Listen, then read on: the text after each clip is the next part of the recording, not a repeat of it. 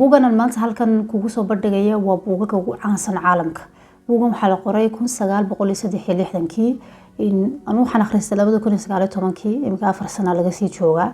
wuxuuna kamid yahay buugaga ay oran karno in ay sabab u tahay dad badan inay noloshooda wax ka bedelaan. haddaan si guud ahaaneed aan xogaa kaaga sheego qoraaga buugan qoray, magaciisa waxaa la dhahaa Dr. Joseph Murphy.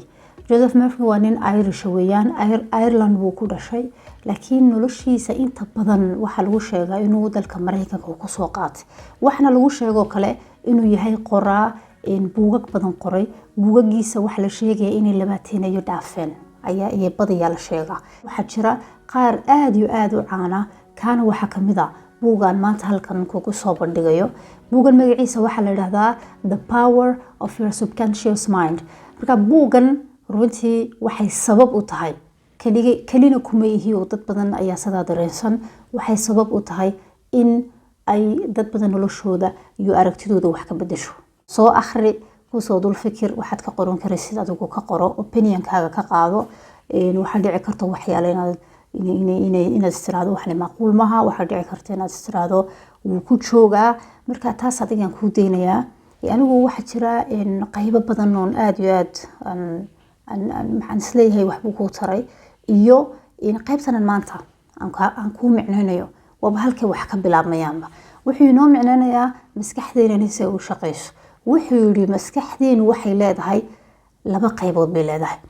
qayb la yiraahdo conscious, waxa weeyaan waa haddaan si yar eray toos af Soomaali loogu micnayn karaa ma jiro, laakiin waxa ku dhow in la oran karo qaybtaasi waa qaybta miirka. qofku markuu soo jeedo waa conscient, waa conscious ayaa tahay, waa wixii baad dareensan tahay.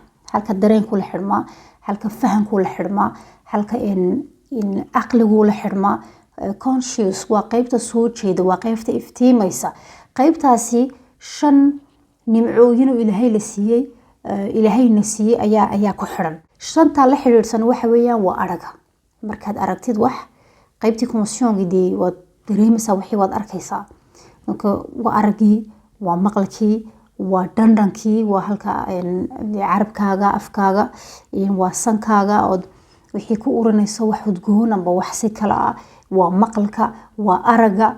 imisan soo tiriyo waa aragii, maqalkii, xaqii urta waxaad urinaysid, waa dandhankii, iyo tashanaad waxa weeyaan waa taabashada. markaad wax taabato waxbaad dareemaysaa. okay, maraad taabanaysaa waxaad dareemaysaa inuu jilicsan yahay. mara kala taabanaysaa waxaad dareemaysaa inuu adag yahay. mara kala taabanaysaa waxaad dareemaysaa inuu engegsan yahay. yani wax halka markaad taabato dareen buu kugu beerayaa, waxbaad ku fahmaysaa. taabashada, araga, maqalka, dandhanka iyo urtaad wax urinayso, 5taasiba waxay ku xiran yihiin qaybtan soo jeeda consciouska, qaybkan conscientka, qaybtan aan leenahay qofkani miirkiisii buu qabaa, wax buu fahmaya, wax buu dareemaya. qaybtaasi waa markaad soo jeedo ayay shaqaysaa. qaybtii sare waniga inoo soo micneeyay. qaybtan hoosena imika usoo dhaadhacanaya ah ee la yidhaahdo subconscient amba la yidhaahdo subconscious. qaybtaasi walaalayaal waxay shaqaysaa sida Dr. Murphy inoo sheegayo waqtiga badiyaa uu jirku qaboob yahay. yani markuu jirku qaboob yahay waa marka badiyaa la hurdo. markaad hurdid ayay qaybtaasi shaqaynaysaa. maxay ku shaqaynaysaa markaa? muxuu haystaa power uu subconsciouska ku shaqeynayo? subconsciouska laguma tilmaami karayo inay tahay miyir la'aan. waxa weeye adigu waa wax sidii camal dadsan oo kale, laambada u yar bakhtiisan. marka muxuu ku shaqeynayaa? halkuu shidaalka ka soo qaadanaya energy-ga. wuxuu subconsciouska shidaalka energy-ga ka soo qaadanaya consciouska wuxuu maanta dhan arkayay, maqlayay, dhageysanayay, cunayay, dhandhaminayay, urinayay, gacmaha ku hayay. waxaasoo dhan consciousku waxaabuu u soo tabinayaa subconsciouska. consciousku saaka markuu laambada kuu shidnaa eed soo jeeday, aad kolba meel fiirinaysay, kolba aad wax dhageysanaysay, wixii aad cajalada ku duubtay oo dhan ayuu toos ugu soo tabinayaa subconsciouska. subconsciouskuna wuxuu shaqeeyaa marka dadku hurdaan, markuu dhiigu qaboob yahay, markuu jirku qaboob yahay, markaad caajisan tahay, markaad sii seexanayso markaad hurudo badiyaa ayuu cajalada sidaa u duubayaa wixii aad maanta oo dhan aad consciouskaaga maskaxdaada ku gurtay ayuu subconsciousku maanta dhan kala falaaqeynaya. subconsciousku waxaa lagu sheegay inuuna kala garanayn wixii xun iyo wixii wanaagsan. wixii aad ku shubtaba uu ka shaqeynayaayo xageebu markaa uu soo tabinayaa. hadda eeg dushii baynu ka imanay, waxaynu ka imanay consciouskii baynu ka imanay, waxaanu soo dhaadhacnay uu soo tabiyey consciouska wuxuu maanta dhan soo guray uu soo ururinayay subconsciousku uu soo tabiyey. subconscioskuna marka uu kuu fasiro wixii uu su'aalihii iyo wixii aad u soo tabisay isagu uu maanta dhan kugu baaro oo ambariyo wax kugu tuso amba wuxuuna kaaga shaqeeyo wuxuu u soo tabinayaa hoos buu soo dhaadhacayayo jirkaagii buu soo tabinayaa. marka halkaa maxaa inooga cad walaalayaal? waxaa inooga cad in 5 hadiyadoodan anigu idhaahda waa hadiyad aada u weyn oo ilaahayna siiyey. ay tahay araga, ay tahay maqalka, ay tahay waxaad qorayso amba aad taabanayso, ay tahay dhandhanka carabka afka, ay tahay sanka. intaba waxbaa laga dareemaa. intaba wuxuu leeyahay shaqo ka kala ka duwan ayuu leeyahay. intaba waxay isugu yimaadaan dareen bay isugu yimaadaan, dareenka isugu yimaadaan, shucuur bay isugu yimaadaan, emotionka, feelinga, waxaasoo asaasa. walaalayaal waxaynu daawanayna waa muhiim, waxaynu akhrisanayna waa muhiim, waxaynu maqlayna waa muhiim, halka aan lugaha ku istaagna waxyaalahan samaynayna waa muhiim. ma fahanteen? markaa 5 hadiyadoodu ilaahayna siiyey haddaad wax wanaagsan aad ku qabsato consciouskaagii qaybtii miyirka qaybtii iftiinka u shidnaa wax fiican markaad geliso wuxuu u soo dhaadhicinayaa subconsciouska. subconsciouskana walaalayaal waa halka ay wax ka fasirmaan, waa halka jirka uu soo tabiya hadhuutoole oo fariimo u soo tabiya oo siiya powerka wax ku qabanayo.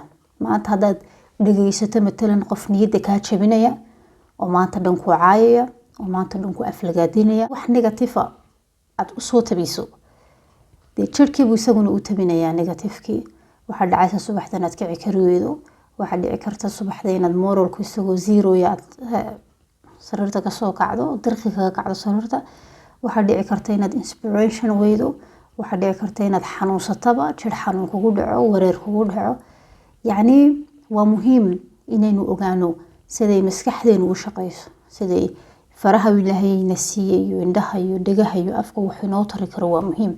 haddaba markay adiga kugu saabsan tahay, jirkaaga markay ku saabsan tahay, dee wana ogaan kartid wax waliba oo ilaahay kugu abuuray sida loo isticmaalayo. haddaad wax wanaagsan dhagaaga ku dhagaysato, wax wanaagsan daawato, consciouskaagii waxaabuu subconsciouska u tabinayaa. iminka matalan qof baaba ku yimiday, waad islaysteen, waxyaaluu kugu yiri, waxa uu kugu yiri maskaxdaada uu galay already. dhagaha waad maqashay, waxaan dhagahaagii baad ku maqashay waa lagu yiri, laakiin waxaad ikhtiyaar u leedahay inaad arintaa lagu yiri gebigeygaba xagta haddaad maqashay inaad iska dhaafto. si iskaga dhaafaysa dee ma aqbalaysid ereyada lagu yiri. sababtaan aad u aqbalayna waa maxay? dee waad garanaysaa ciddaa tahay.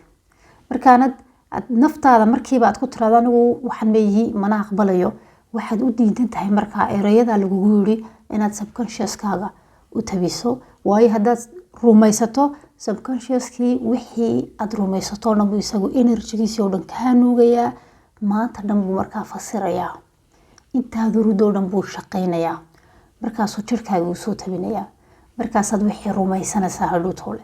marka insha allah wax walboo lagugu yidhaahdo haddaad dareensan tahay ciddaa tahay, haddaad dareensan tahay qofkaa tahay, waxaa ma rumaysanaysid hadday yihiin wax xun oonan kugu saabsanayn.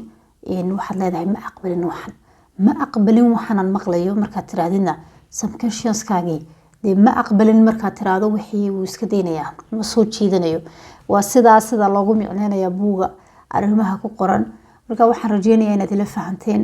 waxaan leeyahay nigu baaqayaa inaad buugan akhrisataan haddii audio tahay, oo haddaanad haleelin inaad akhrisato buuga isagoo audio waad helaysaa. haddaad akhrisan karaysano isagoo PDF oo bilaash way ka buuxaan internetka. marka in ku 963 baa la qoray, waa la iska helayaa isagoo free waad ka helaysaa internetka, waad ka helaysaa haddaad baaritaan ku samayso oo ku soo baxaya isagoo PDF aad helaysaa. isagoo library-ga lagu hayaad helaysaa oo buuga oo akhrisa oo aad doonto buug qalin intaad qalin qaadato aad sida ugu hoos qoranaysa hadba meesha ay muhiimka ah wixii ku cajabiya kaasoo buuga wad helaysaa isagoo PDF wad helaysaa haddaanad akhris waqti u hayna isagoo dhageysiya wad helaysaa adigoo meelaha lugeynaya adigoo tareenka ku jira adigoo baska ku jira adigoo gymkaaga ku jira wad dhageysanaysaa dhagihii baad ku haysaa marka waad lagu akhrinayaa buugii line ballaynka ku xiga